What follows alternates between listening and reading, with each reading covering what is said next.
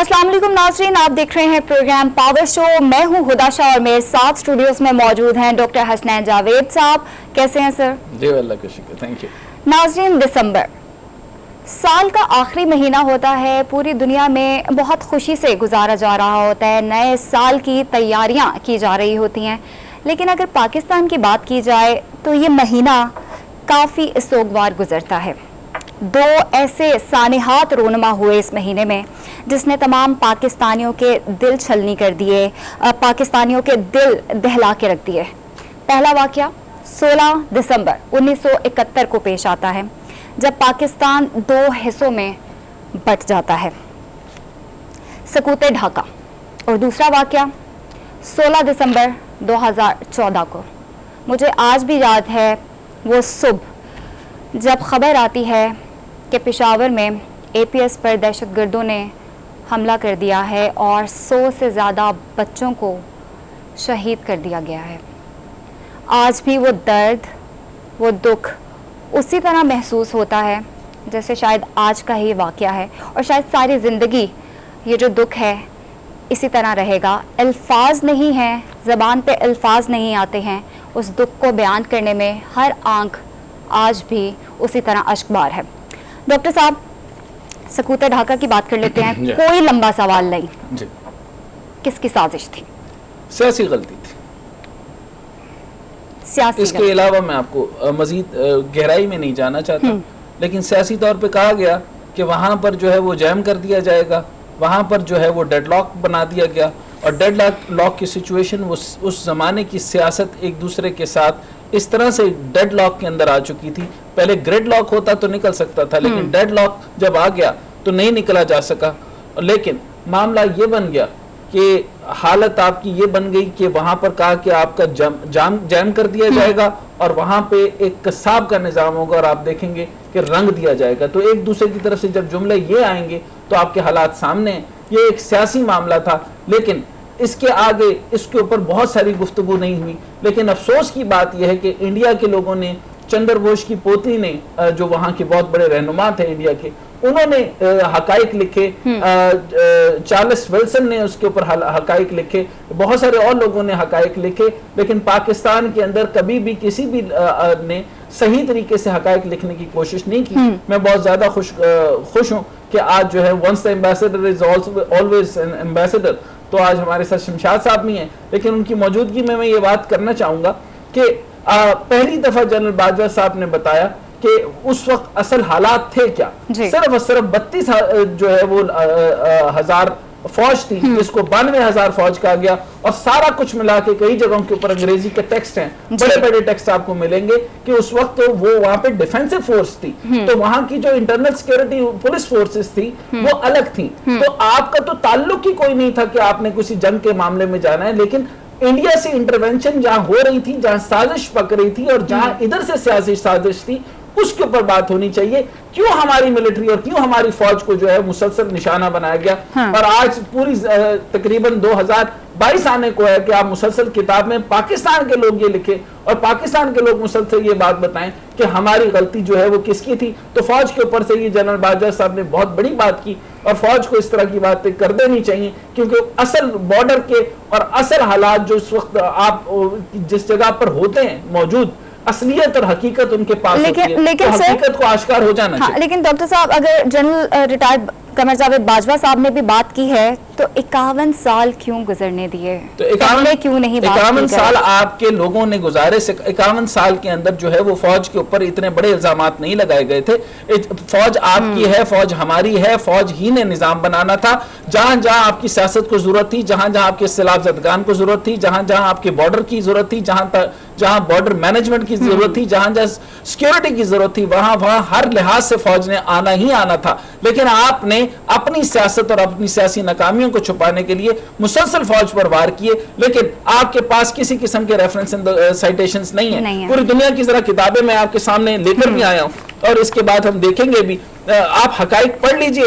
General Niazi साहब ने भी लिखा और जनरल न्याजी साहब के सिर्फ मैं 2-4 लाइनें पढ़ देता हूं। The total fighting strength available to me, General Niazi, was 45,000 34,000 was the army, plus 11,000 from the CAF and Western Pakistan civilian police and armed non-combatant or who were fighting against the insurgents.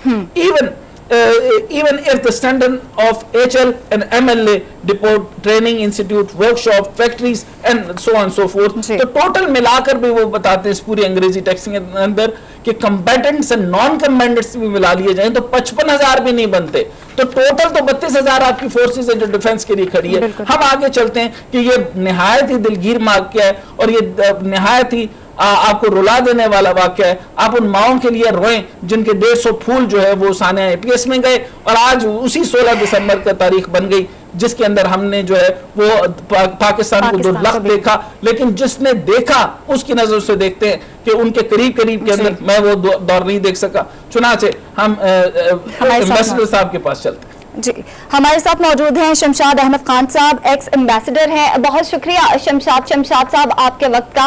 जैसे कि of the camera हम आपसे बात कर रहे थे, आपने वो वक्त अपनी आंखों से देखा है. मैं चाहूंगी जरा नाजरीन को बताएं कि वो वक्त क्या था, क्या हुआ था और क्या हालात थे.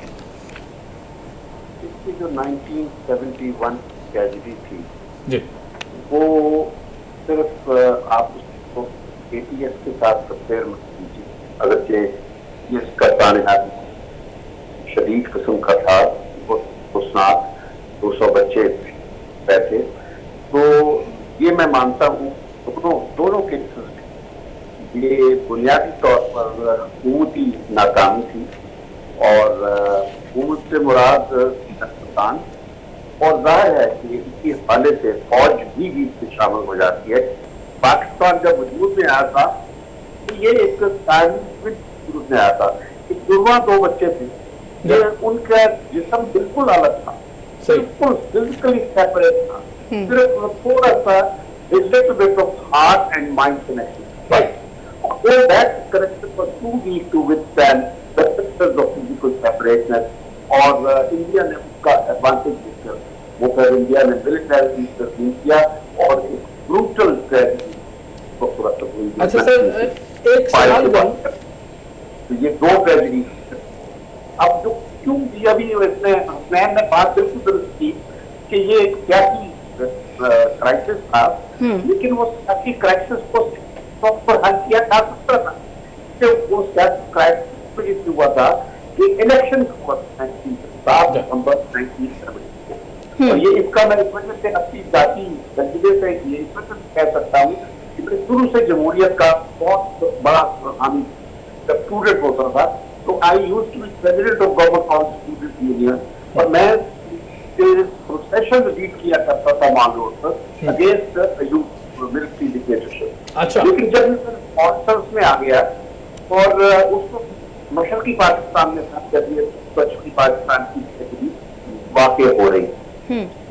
तो 70 का जब इलेक्शन हुआ तो मुझे बड़ी खुशी हुई और जनरल याहिया ने जब अनाउंसमेंट दी कि जी ये जनवरी 70 में की थी अनाउंसमेंट कि जी हम दिसंबर में इलेक्शन कर सके, यानी 1 साल इलेक्शन तैयारी किया और बड़ा अच्छा कहा कि एडल्ट होगा, फ्री होगा और ये मशरकी पाकिस्तान के लोगों के लिए जो बेइंसाफियां हैं सब खत्म हो जाएंगी.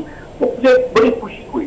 तो मैं छुट्टी लेकर जब इलेक्शन हुए नवंबर 1930 में घर आया, लाहौर आया, अपनी फैमिली समेत आया और मैंने वो इलेक्शनों में वोट डाला. लेकिन इलेक्शन डालने के 2-3 दिन बाद ही जब मैं फॉरेन ऑफिस जाता हूँ वहाँ फॉरेन ऑफिस दिल्ली के लिए, तो उन्होंने कहा कि तुम फौरन अपनी स्टेशन वापस चले जाओ. अच्छा सर, अगर यहाँ बताएं कि मेरा यहाँ पे सवाल करना जरूरी है. पाकिस्तान के इलेक्शन के रिजल्ट के नतीजे में वोट शुरू हो चुका था. उस जो पाकिस्तान का जो एक लीडर था उसका नाम था जुल्फिकार, तो उसने कहा कि ये मशरकी पाकिस्तान के लीडर को मेजोरिटी वहां मिली है, मुझे यहाँ मगरबी पाकिस्तान में मिली है. तो उसने 2 हिस्सों अलग करने का फैसला किया और उसने अपने मेंबरों को कहा जो कि तुमने मशरकी पाकिस्तान असेंबली के इजलास में नहीं था और जिसने गया टांगे टूट होगा. ये इस किस्म की बातें हो गई. अच्छा सर, अगर इजाजत नहीं तो मैं एक सवाल दरमियान में करूं. तो फैसला तो ये सिविलियन ने किया था, जब भाजपा ने बात दुरुस्त कही है मैं मानता हूँ, लेकिन असल चीज ये है कि जो उसको फौजी लीडर था उसमें कोई दिमाग नहीं था, वो सोच नहीं सकता था कि ये सियासी गलत काम करता है, ये दुरुस्त नहीं है। उस जनरल वो उसने के साथ मिलके, भुट्टो के साथ मिलके उन्होंने मिलिट्री एक्शन शुरू कर दिया। अच्छा सर, जिस तरीके से चार्ल्स विल्सन ने जो कांग्रेस अमेरिकी कांग्रेस और जो हमारी है वो 75 मिलियन लोगों को सप्रेस करेगी, कि किस तरह हो सकता था? ये दुनिया हैरान रहेगी कि ये पाकिस्तानी हुक्मरानों को सिविलियन हो या मिलिट्री, तो ये समझ नहीं आएगी ये इस मशरकी पाकिस्तान।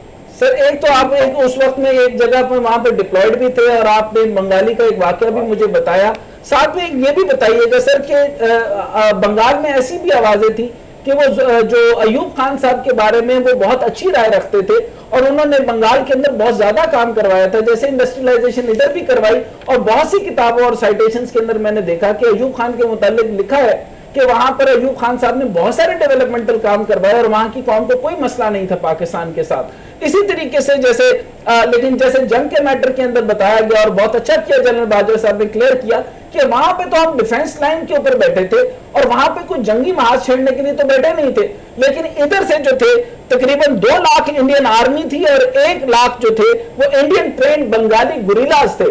तो इस तरह की फोर्सेस के साथ आप जो अचानक से फाइट है, तो ये एक बहुत बड़ी साजिश थी।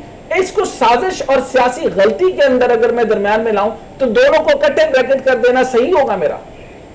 देखिए हसन, साजिश इंडिया क्यों नहीं करेगा?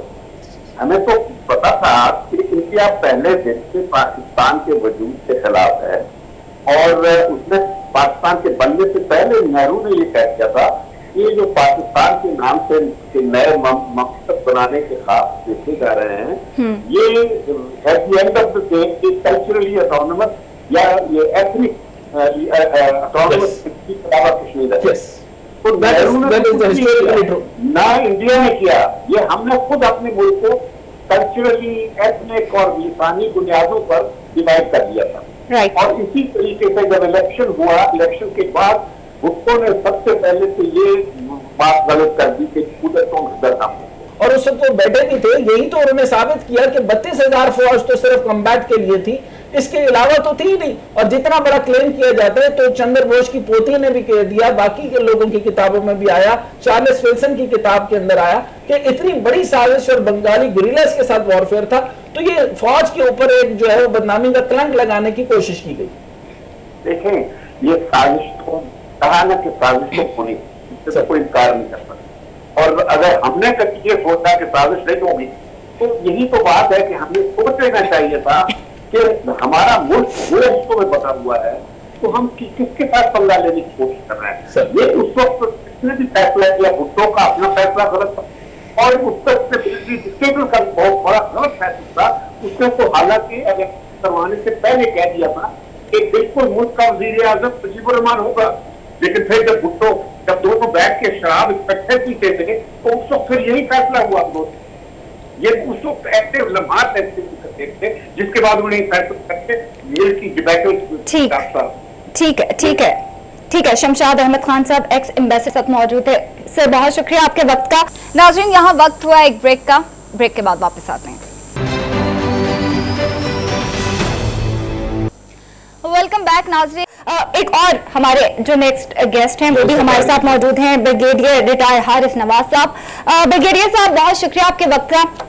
आज बात हो रही है सकूत ढाका की बात हो रही है एपीएस की।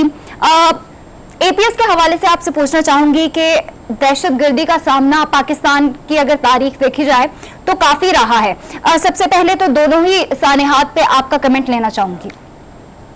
देखें ये तो एक हकीकत है, बहुत ही अफसोसनाक बात है जिस तरीके से एपीएस पे टेररिस्ट ने अटैक किया था और वहाँ पर नौनिहाल बिल्कुल बच्चे जो बिल्कुल यंग फूल थे जो लॉसन में भी नहीं आए थे, उनको जिस ब्रूटल तरीके से शहीद किया गया, ये तो कोई काबिल लिहाज से काबिल मजम्मत है और पूरी कौम शोकवार है और हम इसको कभी भी भूल नहीं सकते जब तक उन टेररिस्ट को करार वाकई सजा नहीं दी जाती है, उनके लीडर को उनसे सजा नहीं दी जाती है।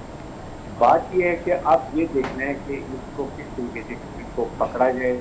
आपके सामने अभी इस वक्त डीसीपी दोबारा तारुफ आ रही है, इसको हमने खत्म कर दिया था सर, निकलते शुरू हुई जिसकी वजह से उनको मौका मिला और फिर उन्होंने थोड़ा सा टाइम भी लेने शुरू कर दिया اب ان کو ہمارے دیکھیں 2 اسٹرانگ اسٹریٹجی ہے. نمبر 1 کہ آپ ان کے خلاف پراپر آپریشن کریں کسی بھی کے خلاف, اور ان کو کہیں چھپنے کی جگہ نہ دیے, ان کو واپس دھکیلا جائے یا ان کو مارا جائے. ساتھ سے سیاسی طریقہ یہ اسٹرانگ اسٹریٹجی ہے کہ آپ افغان طالبان سے بات کریں, کیونکہ آپ نے کمٹمنٹ کی تھی کہ آپ کے ایریا سے کوئی لوگ ہمارے ایریا میں نہیں ہوں گے, تو آپ یا ان کو کنٹرول کریں یا ان کو پش اپ کریں یا ان کے خلاف آپریشن کریں. Pakistan has done a lot for Afghan حکومت.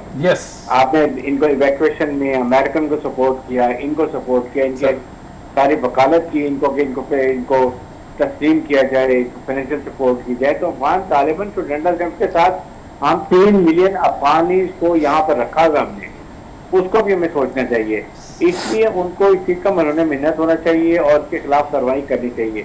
جب ادھر افغان طالبان کے خلاف آپریشن کریں گے, ادھر ہم کریں گے, بڑا آسانی ہوگا ان کو ختم کیا جائے. اس میں کوئی معافی نہیں ہے. جب ان سے مذاکرات بھی ہو رہے تھے پاکستان حکومت نے بڑا کلیئر کہا تھا کہ وہ لوگ جو اے پی ایس میں انوالو ہیں ٹیررزم میں, ان کو معافی نہیں ملے گی, ان کے خلاف قانون کے مطابق کارروائی ہوگی. اور یہ بات بڑی کلیئر سے ابھی بھی آئی فیل کہ اس کو کوئی کمپرومائز نہیں ہونا چاہیے, بلکہ ان کے خلاف کارروائی کرتے ہوئے جو فیصلہ ہو وہ ان بچوں کے جو ورثہ ہیں ان سے بھی اجازت لیں کہ یہ انتخاب ہے, یہ کیا کرنا ہے. ایک تو یہ بات ہے سر. اس کے ساتھ ساتھ ہمیں اب اس پہ کوئی کمپرومائز نہیں کرنا. افغان طالبان جو ہمارے پاس یہاں پر ہیں, یہ ریفیوجیز ہیں, ان میں بھی بہت لوگ چھپتے ہیں, پناہ گاہ ہیں, سہولت کار ہیں, وہاں غائب ہو جاتے ہیں. میں یہیں سے سر بات ایک بڑھانا چاہتا ہوں, اگر اجازت دیں تو سوال کروں. جی جی صحیح ہے, جیسے 2 pronged اسٹریٹجی آپ نے بتائی, لیکن 5th جنریشن وار بھی اور 6th جنریشن وار کے قریب ہم گزر رہے ہیں.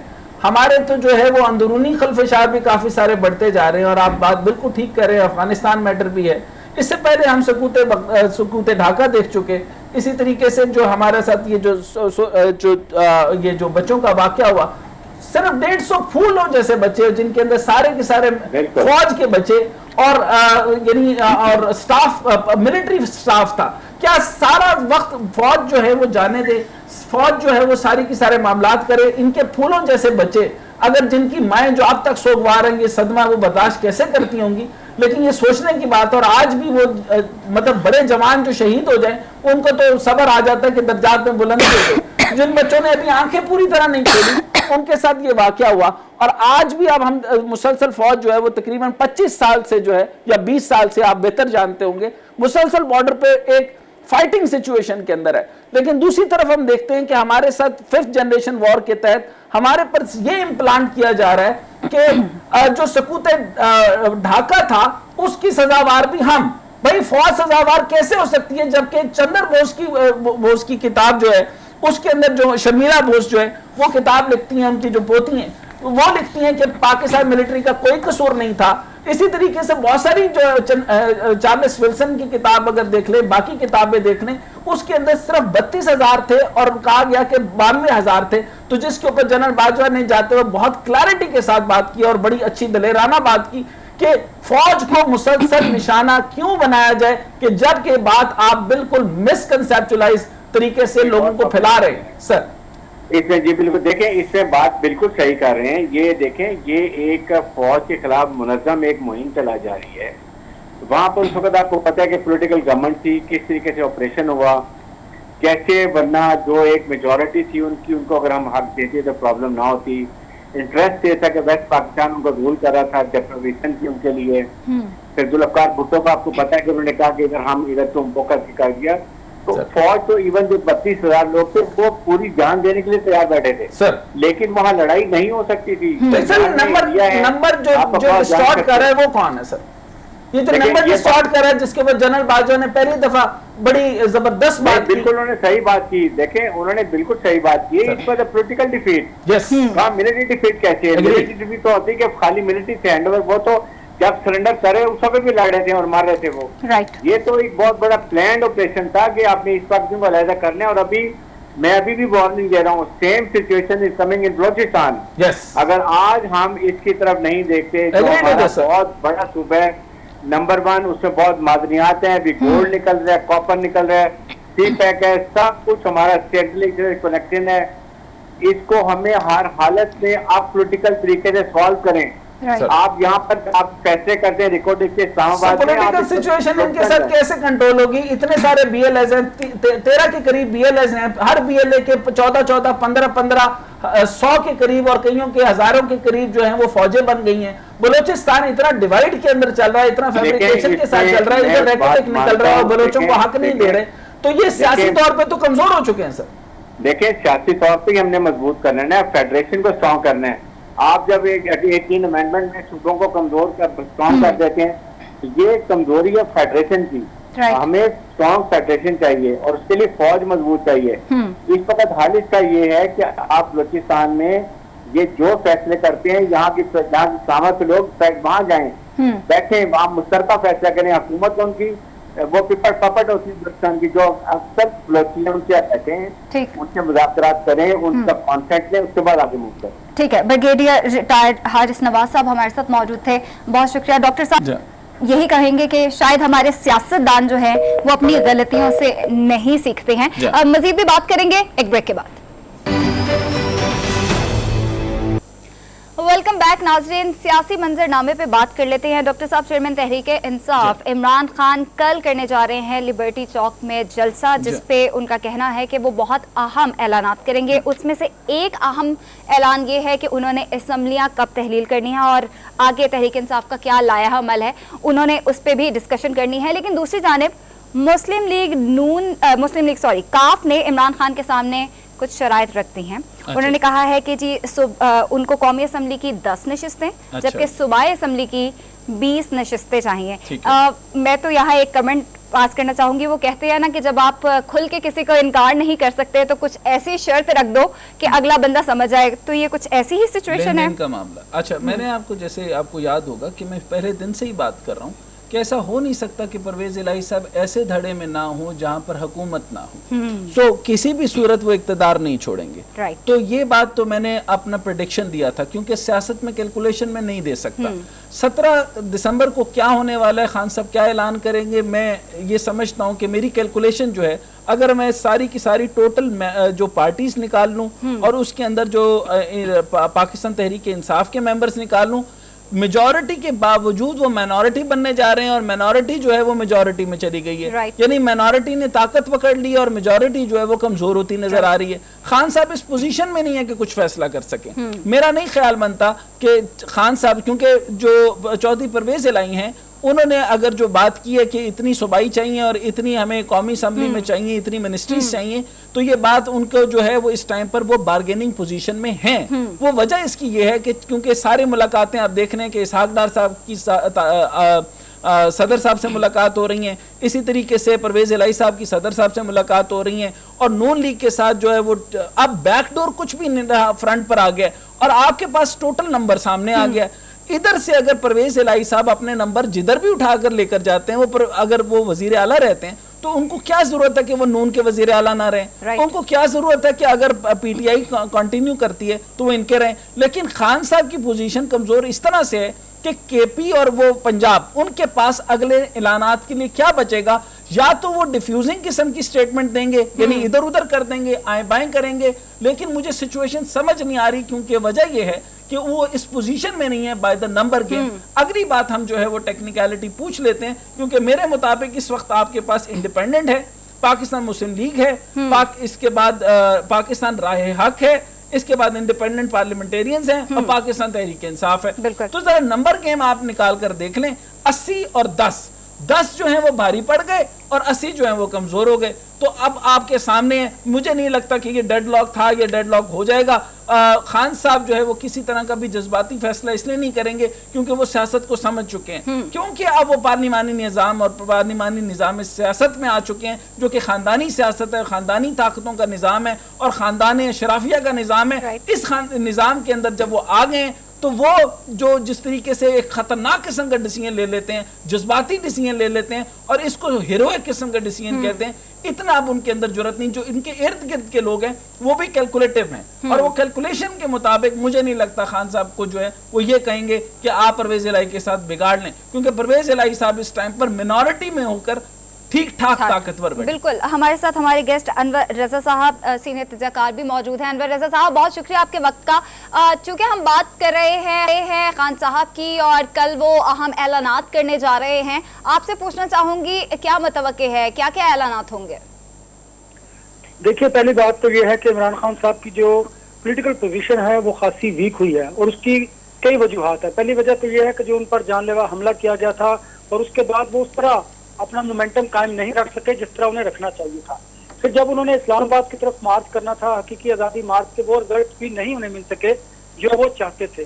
और बड़ी ही इंपॉर्टेंट बात यह है कि जो ये नई आने वाली इस्टेब्लिशमेंट की क़यादत है उनके साथ भी उनके ताल्लुकात सौ हैं और वो चाहते हैं कि उनके साथ बेहतर ताल्लुकात कर लिए जाए। लेकिन उनकी गैर सियासी गैर जमहूरी जो सोच है, जिस तरह वो जमहूरियत में और सियासत में फौज को लाने की बात करते हैं, उससे जो सियासी कुव्वतें हैं, जो जमातें हैं, वो उनको बड़ा निगलेक्ट करती हैं और वो बैक बेंचेस तक चले जाते हैं खान साहब। अब रही बात परवेज इलाही साहब की, परवेज इलाही साहब ने बहुत पहले ही खान साहब को असम्बली तोड़ने के हवाले से जो खदशात थे उनके बारे में आगाह किया, जो तहफ़्फ़ुज़ात थे उनके बारे में उन्हें बताया कि अगर हमारे पास पंजाब या केपी की असम्बली नहीं रहती तो फेडरल गवर्नमेंट जो है वो आपको अरेस्ट कर सकती है, आपके पास कुछ भी नहीं बचेगा, आपके पर नहली की तलवार लटक रही है, आप पर केसेस बनते चले जा रहे हैं और खासे आप सियासी तौर पर कमजोर होते चले जा रहे हैं, जिससे पाकिस्तान तहरीक इंसाफ के जो लोग हैं वो भी आपसे बदन हो रहे हैं और लोग आहिस्ता आहिस्ता आपसे पीछे हटते जा रहे हैं। पर दूसरी बड़ी इंपॉर्टेंट बात यह है कि जो पीटीआई के कोर हार्ड लोग हैं वो भी एस्टेब्लिशमेंट और दीगर जो सियासी जमातें हैं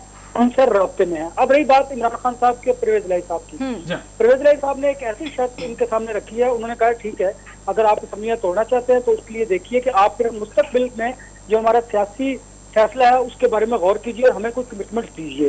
वो ये है कि पंजाब असम्बली के लिए उन्होंने 20 और कौमी असम्बली के लिए 10 नशिस्तों की शर्त रखी है और साथ उन्होंने कहा कि सीट इन्वेस्टमेंट भी करें, क्योंकि परवेज इलाही साहब ये समझते हैं और जानते हैं कि जी यहाँ 20 और 10 की बात की, जाहिर सी बात है परवेज इलाही साहब ने जो है वो बात इस तरह की थी, यही प्रैग्मेटिक बात है, अक्लमंदी की बात है। मिनॉरिटी में उनके पास सिर्फ 10 सीटें हैं और 10 सीटें के ऊपर 80 सीटों के ऊपर खेल रहे हैं। खान साहब बहुत ज्यादा कमजोर पोजीशन में है और ये बात भी उनकी दुरुस्त है कि अगर केपी ना हुआ तो आपको सिक्योरिटी कौन देगा और अगर आप पंजाब ना हुआ तो आपको जो है वो बचाएगा कौन। तो ये बात तो बिल्कुल दुरुस्त है, तो कम्प्लीटली कमजोर पोजीशन में। ये बताइए कि जब इसके साथ जो उन्होंने कहा परवेज इलाही साहब ने कि हुकूमत में रहना क्यों जरूरी है, जरा कैलकुलेशंस पर आ जाइए। तो टोटल कैलकुलेशन के हिसाब से इंडिपेंडेंट कितने हैं, डिपेंडेंट कितने, पाकिस्तान राहे हक के पास कितने, इस हिसाब से कैलकुलेशन के हिसाब से भी तो बड़े कमजोर पड़ रहे हैं। नहीं, देखिए डॉक्टर साहब, दो बातें हैं यहाँ पर। एक बात तो ये है कि आप जरा जो नई अलाइनमेंट पॉलिटिकली बनती जा रही है पंजाब में उस पर गौर कीजिए। जो नवाज शरीफ, चौधरी शुजात हुसैन और परवेज इलाही की कुर्बतें हैं वो एक नए सियासी बिसात उन्होंने बिछाई दी है। अब उस पर मौलाना फजल रहमान साहब और आसिफ अली जरदारी साहब जो है वो गारंटर भी है और उन्होंने कहा है कि अगर हमें लेट्स सपोज पाकिस्तान तहरीक इंसाफ उनके खिलाफ अदम एतमाद लाए जो कि वो नहीं लाएगी तो फिर उसकी सूरत में उनको मुस्लिम लीग नून उनका साथ भी देगी और परवेज इलाही कमिटमेंट करेंगे उनके साथ, ये बात भी चल रही है। और दूसरी बात, अगर पाकिस्तान तहरीक इंसाफ की बात नहीं मानी जाती और असम्बलियां नहीं टूटती तो मुझे बताएं कि वो बहुत ज्यादा कमजोर होते चले जाएंगे और उसका फायदा जो है वो इस वक्त जो है सबसे ज्यादा इस वक्त पंजाब में मुस्लिम लीग नून को होगा। तीसरी बात यह है कि वहां पर जो चौधरी सालिक हुसैन की नवाज शरीफ साहब से मुलाकात हुई है, उन्होंने बिल्कुल चौधरी शुजात हुसैन है उनका पैगाम भी उन्हें पहुंचाया। गुजरात की सियासत को देख लें तो पाई तो बड़ा होता जा रहा था, लड़ाई तो इसी बात की थी कि पाई बहुत छोटा था, यानी हिस्सा जो था वो बकदर जुस्सा नहीं आ रहा था, बच्चे बड़े हो गए थे, मिनिस्ट्रीज भी देनी है और बात की मेयर की भी इलेक्शंस आने हैं, तो अब तो हिस्सा बड़ा हो गया। वैसे भी गुजरात का सिलसिला बड़ा हो गया और बाकी पार्टीज भी मजबूत हो गई, तो ये लड़ाई तो खत्म हो जाएगी। आधे नून में और इनका टिल्ट भी अगर नून की तरफ चला गया तो क्या अपसेट नजर आता है और खान साहब के पास क्या ऑप्शन है? वो 17 तारीख को क्या ऐलान करने वाले हैं, क्या करेंगे? तो मुझे तो उनकी पोजीशन ठीक नजर आ रही। देखिए, असम्बलियां तहलील करने के हवाले से खान साहब और उनकी जमात के दरमियान जो है वो एक इबाम बाकी है, अभी भी मौजूद है। अब देखें कि फवाद चौधरी साहब जो हैं वो कह रहे हैं कि 20 तारीख को हम असम्बलियां तोड़ देंगे और खान साहब जो हैं वो कहते हैं कि 17 को इसका ऐलान किया जाएगा।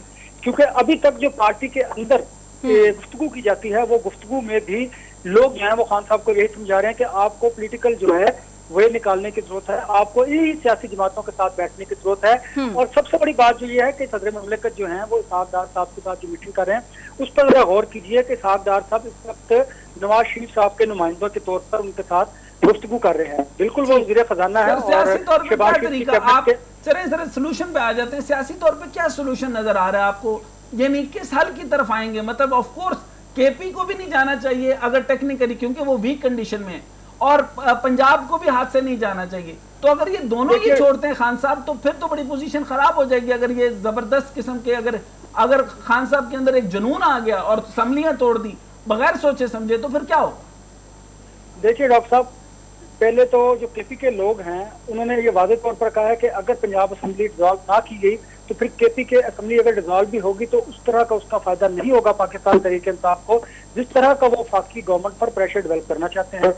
एक बात। दूसरी बात यह है कि अगर खान साहब नहीं सीखे सबक माजी के हालात से, तो मैं समझता हूँ कि अगर असेंबलियां तोड़ भी दी जाती हैं तो फेडरल गवर्नमेंट इसके लिए भी तैयार है। सर, असेंबलियां तोड़ना इतना आसान भी तो नहीं है। आर्टिकल 243 कहता है कि आपको फौरी तौर पे इंटरिम गवर्नमेंट पेश करनी होगी और अपने जो नामजदगी है नामों की, तो अगला वजीर आला कौन होगा, वजीर आजम कौन होगा, निजाम क्या होगा, सूबाई में क्या होगा, तो ये पेश करना पड़ता है। मुझे लगता है खान साहब ने अभी जो है वो कैलकुलेशन मुकम्मल नहीं की और प्रेपरेशन भी मुकम्मल नहीं की, उनको नहीं पता कि आगे क्या करना होता है।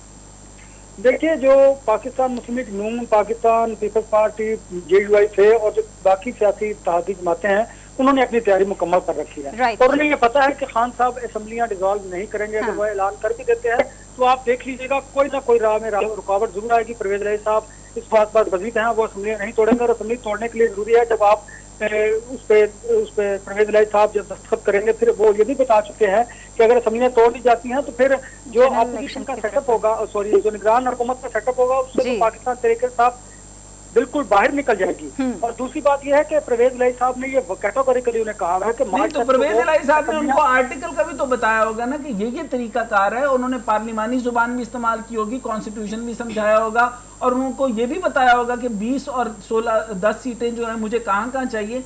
तो ये जो खान साहब ने कहा कि आप जो है वो काफ लीग को जो PTI के अंदर जम करने, क्या ये उनको काबिल कबूल होगा परवेज इलाही साहब? देखिए, इस वक्त डॉक्टर साहब आप जरा सिचुएशन को समझिए कि पाकिस्तान मुस्लिम लीग काफ जिसको लीड कर रहे हैं इस वक्त परवेज इलाही साहब, जो CM भी हैं, वो अगर इस CM शिप से हटते हैं तो उनके हाथ में कुछ नहीं आता। उन्हें पता है कि मैंने इसी टेन्योर के दौरान अपने साहबजादे मोहन सलाई को आगे लेके आना है। उन्हें पता है कि शायद फिर उस तरह के सियासी हालात ना हो कि वो दोबारा CM बन सके। और दूसरी बात यह है कि उन्हें पता है कि अगर आम इंतखाबात होते हैं, अगर वो इंडिपेंडेंटली भी लड़ते हैं, उसके लिए भी जरूरी है कि उन्होंने परफॉर्मेंस शो करनी है। और वो पंजाब में परफॉर्मेंस शो कर भी रहे हैं, जहां जहां उनकी सीटें हैं उनको वो पक्का कर रहे हैं। अगर वो पाकिस्तान तहरीक इंसाफ के साथ जम होते हैं तो ये मुमकिन नहीं। उन्होंने बताया है कि इसके अभी मरकजी जो प्रेसिडेंट हैं वो चौधरी शुजात हुसैन है और किसी भी जमात को किसी में जम करने का जो फैसला है वो उसका प्रेसिडेंट करता है, उसकी मरकजी मजलिस से आमला करती है। तो खान साहब ने इस नाजुक मौके पे ऐसी बात करने की जरूरत क्यों पेश आई कि वो आप जम कर दें, जबकि उनको पता है कि ये जम तो वो बिल्कुल नहीं करेंगे और किसी भी सूरत वो वजारत आला भी नहीं छोड़ेंगे और टेक्निकली और प्रैग्मेटिकली और अकली तौर पर ये बनता भी नहीं है कि वो छोड़ें।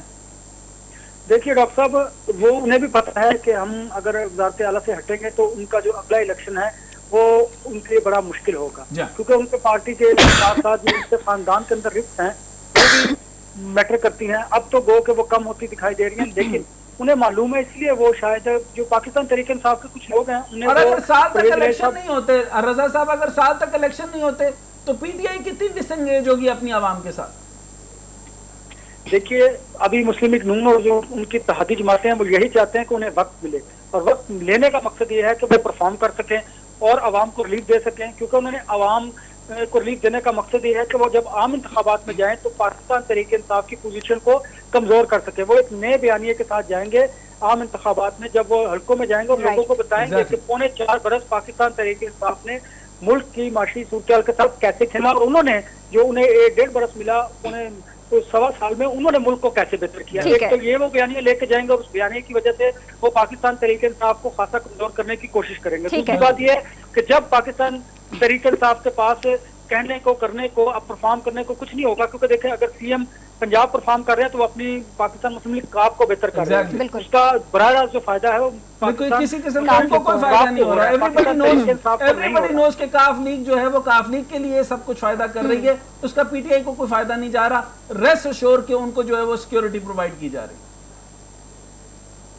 ٹھیک ہے، سینئر تجزیہ کا انور رضا ہمارے ساتھ موجود تھے. سر، جس طرح ابھی آپ نے بات کی کہ کاف لیگ جو ہے وہ اپنے لیے ہی کر رہی ہے، تو کیا یہ بات عمران خان صاحب کو سمجھ نہیں آ رہی ہے؟ نہیں، عمران خان صاحب کے پاس اور حل کوئی نہیں. اگر وہ اتنا بھی نہ کرتے جس طریقے سے جو نون لیگ کو پی ٹی آئی نہیں چاہیے وہ کاف کے ساتھ سمجھوتا کر لیں گے، بلکہ وہ پرویز الہی کے ساتھ بھی سمجھوتا کر لیں گے. اسی طریقے سے جو پی ٹی آئی کو کسی صورت نون نہیں چاہیے، انہوں نے کسی بھی صورت پرویز الہی کے ساتھ سمجھوتا کر لیا. تو یہ دل سے ایک دوسرے کے ساتھ محبت کا تعلق نہیں چل رہا ان کا، یہ سیاست ہے. اور سیاست کی بساط کے اندر خان صاحب ٹیکنیکلی کمزور پڑ گئے ہیں. عوام بالکل ان کے ساتھ ہے، لیکن اگلے آنے والے وقت کے اندر صرف پرفارمنس اور معاشی حالت آپ کے برے طریقے سے جا رہے ہیں. ادھر ڈاکٹر مصدق کچھ اور کہہ رہے ہیں، روس سے ان کا کوئی تعلق ہو نہیں رہا، اور ادھر وہ اعلانات بڑے بڑے کر رہے ہیں. اور بلاول صاحب نے ادھر کہہ دیا کہ ہمارا تو کوئی رابطہ نہیں ہوا اور کسی قسم کا روسی تیل کے معاملے میں، اور باقی ممالک جو ہیں اس سے بہت زیادہ ڈسکاؤنٹڈ ریٹ کے اوپر لے چکے ہیں. ہمارا ڈسکاؤنٹ کے اوپر کسی قسم کا کوئی بات روس سے نہیں ہوئی. سر، اسی حوالے سے میں بس آپ سے لاسٹ کمنٹ لینا چاہوں گی کیونکہ پروگرام کا وقت بھی ختم ہو رہا ہے، کہ عالمی مارکیٹ میں خام تیل کی جو قیمت ہے وہ 40% کم ہوئی ہے، لیکن پاکستان میں اب تک صرف 10 روپے کا ریلیف ملا ہے. اس پہ آپ کا کمنٹ پھر ہم پروگرام میں دیکھیں جی. عالمی منظرنامے میں، عالمی معاشی منظرنامے کے مطابق آپ دیکھیں تو تیل کی قیمتیں جو ہیں وہ کم ہو گئی ہیں، اور اس کم صورتحال کے اندر جو ہے وہ اور کم کر دیتے. لیکن آئی ایم ایف کے پروگرام کے مطابق آپ کو یہ کم نہیں کرنی چاہیے تھی. اس کا مطلب ہے آپ جو ہے وہ انڈائریکٹلی جنگ آئی ایم ایف کے ساتھ کر رہے ہیں. ہونا یہ چاہیے کہ آپ، درست بات یہ ہے کہ آپ کے پاس 22ویں پیکج کے اندر کام کر رہے ہیں، اس کے اندر سپلیمنٹری گرانٹس آپ نے الگ سے لے رکھی ہیں. بہترین طریقہ یہ ہے کہ آپ ایک اور بڑا bailout package I M F سے لیں، تاکہ سارے کے سارے اور لینڈنگ ایجنسیز بھی ہمیں دیں. کیونکہ انفلوز اینڈ آؤٹ فلوز اگر ہم کرتے ہیں تو سٹرکچرل ایڈجسٹمنٹ ہوگی، اور جتنی زیادہ پابندیاں ہم پر لگیں گی اتنی لگائیے. یہ لیویز اور ٹیکسز لیویز اور سبسڈیز جو ہیں ان کو بند کرنا ہوگا، اور اگر یہ بند نہ کیا تو حکومت کے کھاتے میں پڑ جائے گا. اور اسحاق ڈار صاحب بضد ہیں کہ انہوں نے ڈالر کو 200 پر لے کر آنا ہے، اور اسحاق ڈار صاحب بضد ہیں کہ وہ کسی نہ کسی صورت کے اندر جو ہے وہ عوامی سینٹیمنٹ کو اپنے طریقہ کار سے لے کر آئیں. بالکل. پروگرام کا ٹائم یہاں پہ ختم ہوتا ہے. انشاءاللہ کل دوبارہ ملاقات ہوگی. اللہ حافظ.